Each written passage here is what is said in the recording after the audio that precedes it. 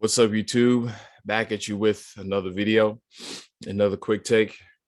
It's about 5:47 in the morning. And, these are just things that kind of keep me up at night. I just woke up and I was scrolling through YouTube. And if you're not aware of who this woman is, her name is Angela Stanton King. And she's just a great person all around. One of the very few legitimate Black figures that we actually have that are out there, doing the work. And I came across a post that she said, which basically she said, "Dear Black America, I hate it, but Kamala Harris showed up in Atlanta for the Asians, made sure they had an anti-hate crime bill and $50 million. She did not show up for Black people in Buffalo, and all we got today was a promise to make gun laws together." She said, "I'm absolutely disgusted." To which I replied, I said, any sort of legislation passed exclusively for us was and is never going to happen. Kamala Harris already said this years ago. So I'm not going to sit here and say I'm going to do something that's only going to benefit Black people. No, we're looking to the same government that thought that it was okay to enslave us and never considered us full citizens to turn around and do something that will ultimately say we're welcome here in that way. Malcolm X said it best. There are already enough laws in the law books. You only need more laws for people who are not citizens. This is why we are not entitled to any sort of special treatment in this country. Why do you think lynching became a hate crime just 1 month ago? After how long? If we do not look after ourselves like other races do, things will stay the same and get worse. You can't look at the bully / abuser to change their color and stripes because it will never happen. We got to stop wasting our hopes on these people. This country is what it is, and it's been that way for as long as it's been established. People are who they are. That's never going to change. I was also saying on my Instagram story, and I guess I'll just read that too, because these are just, my quick thoughts. I was saying that in the past, anytime Black people have ever come together in this country for our own collective benefit, they stamped it out from the outside or destroyed it from infiltrating it from the inside out. Even if we were to somehow organize, they would do whatever they can to curb whatever results that it could yield. You want to know why police didn't shoot Payton Gendron? Is because white people are full citizens, and regardless of what they do, they still have the right to due process. Black people do not. This is why we can get beat up, shot, killed for doing the bare minimum. Ryan Coogler was going to get shot in a bank for just trying to conduct a monetary transaction with his own damn money. All right. And mind you, the cop that was going to shoot him already with their hand on their gun was a Black cop at that. So those same liberties, those same civil liberties and protections that apply to white people and otherwise, they don't apply to Black people.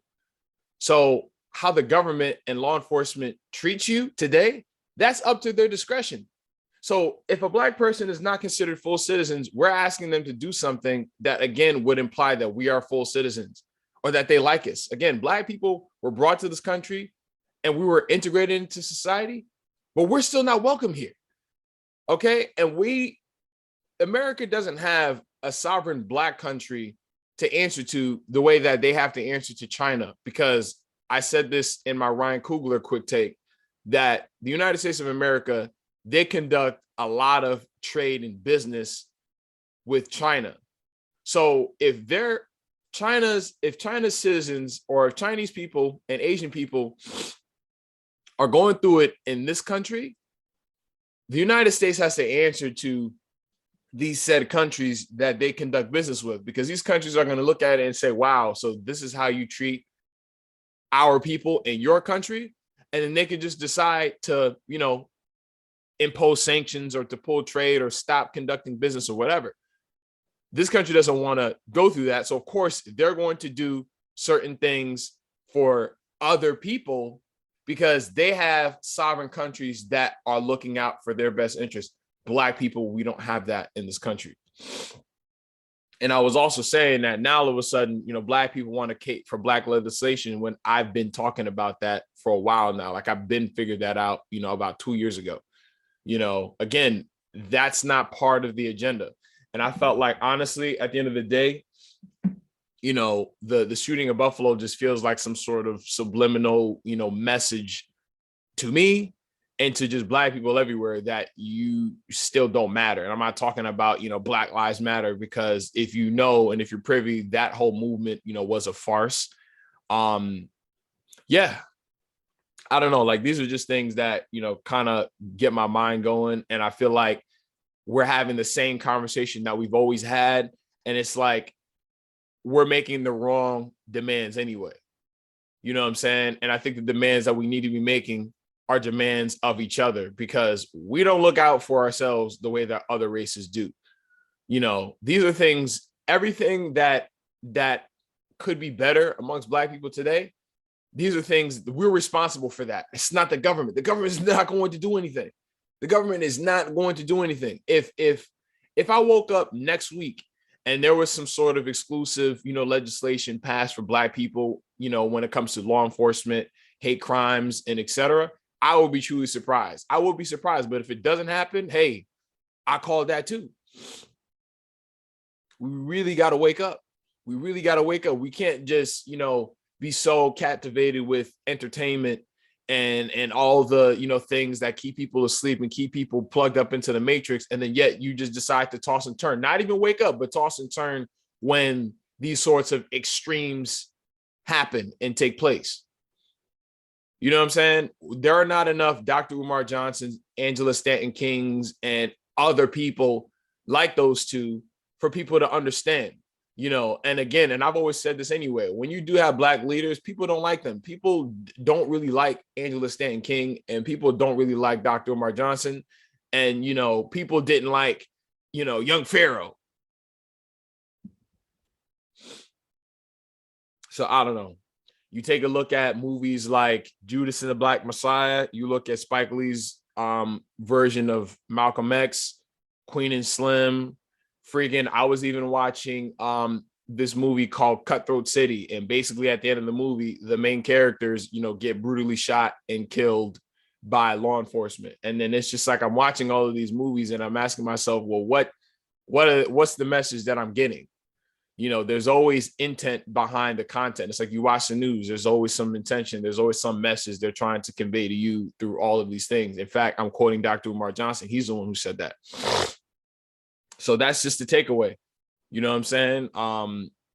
Any change that black people want to see in this country, we honestly, it sounds cliche, but we have to be the change, as crazy as that sounds. And the thing is, the separation among us is so deeply rooted and conditioned in our minds, throughout history, our ancestors, what we watch on TV, you know what I'm saying? Our geographical points of origin, our linguistic subscriptions, our religious beliefs, the color of our skin, how tall we are, how short we are, how thin we are, how fat we are. Like, there's so much that separates black people and not enough that brings us together. I've said for the longest time that, see, Latino people have many different, subdivisions in their culture, but ultimately they all know that they are one people. If you go to Europe, you have French people, you have German people, you have Irish people, you have Polish people, you have Russian people, and all of that. These people know that, yeah, despite their linguistic differences and their geographical separations, they are still white. If you were to go to these countries and ask them, are you a white person? They're going to say, yeah. It's only black people that if you were to ask a black person, are you black? They're going to say, no, I'm Jamaican. They're going to say, no, I'm Haitian. They're going to say, no, I'm Trinidadian. They're going to say, no, I'm this, I'm that. That's the problem. That's the problem. Until we all look at each other and see one another and see ourselves in each other, that's when things are going to start to turn around. It's the way that we feel about ourselves. We hate ourselves more than they hate us. Did you ever stop to realize that? Black people feel more on edge around each other than we do around other people. And honestly, like I've even experienced that for myself. It's like if I'm in an elevator with a bunch of Black people, you know, I might just be on edge because I don't know, it could be a group of 3 different dudes that I've never seen before. But then yet if I'm in an elevator with a white person, the white person might greet me, might make conversation with me, all of that. This is how they want it. This is how they want it. We are truly a divided and conquered people. We are the only ones on this planet that look the way that we do, have the hair that we do, have the creativity that we do, and so much more. We're the only ones. We're the only ones. Name one other culture, other race of people that look like Black people. We're the only ones that look the way that we are. And notice why we are the ones that are so mistreated, because we're the odd one out of the bunch. Because they know that if we were to actually love ourselves and come together, despite what they do to keep us apart, we would be the strongest people on this planet. It's all by design. Everything that's happening right now in this country is all by design. So if you don't like the way that things are, ask yourself, how do I feel about myself? How do I feel about my people? And the thing is, it's hard. It's easier said than done. You know why? Because first of all, even if we were to come together, they always infiltrate and do whatever they do to try to curb it. If there was, so let's say if like some sort of, you know, organized Black organization is like a snake, they always try to chop the snake at its head. Or if we want to call it, you know, the 48 laws of, if I want to pull from the 48 laws of power, you strike the shepherd, the sheep will scatter. Every shepherd that we've ever had has been struck down. Every real shepherd I'm talking about, you know, not the Martin Luther Kings. I'm talking about the Malcolm X's, people like that, Fred Hamptons. And then if we do have somebody that, you know, is for our own benefit, the media makes it so that we hate them. Because people, I see the only haters that I see that talk so much trash about Dr. Umar Johnson are all Black people. You know, yeah, you could say the Frederick Douglass Marcus Garvey School hasn't been built yet. It's not 100%, you know, up and running yet, but still, I've never seen that man tear down not one Black person ever. Even if it was something that, you know, there was some sort of, you know, difference of opinion, I've never actually seen him tear down another Black person. I mean, if I'm wrong, shit, let me know. I've never seen Malcolm X really tear down another Black person. And if he did, it was actually for their own benefit. And even at the end of his life, he was willing to come together with other Black people, because at that point, he really didn't have anybody once he left the Nation of Islam. People didn't like Kevin Samuels either. Why? Because he was trying to change the way that, you know, Black men and women conduct themselves to make each other better. He's not here. Is that by design too? So, you know, these are just the thoughts that I have, you know, at 5:45 and, you know, 6 o'clock in the morning.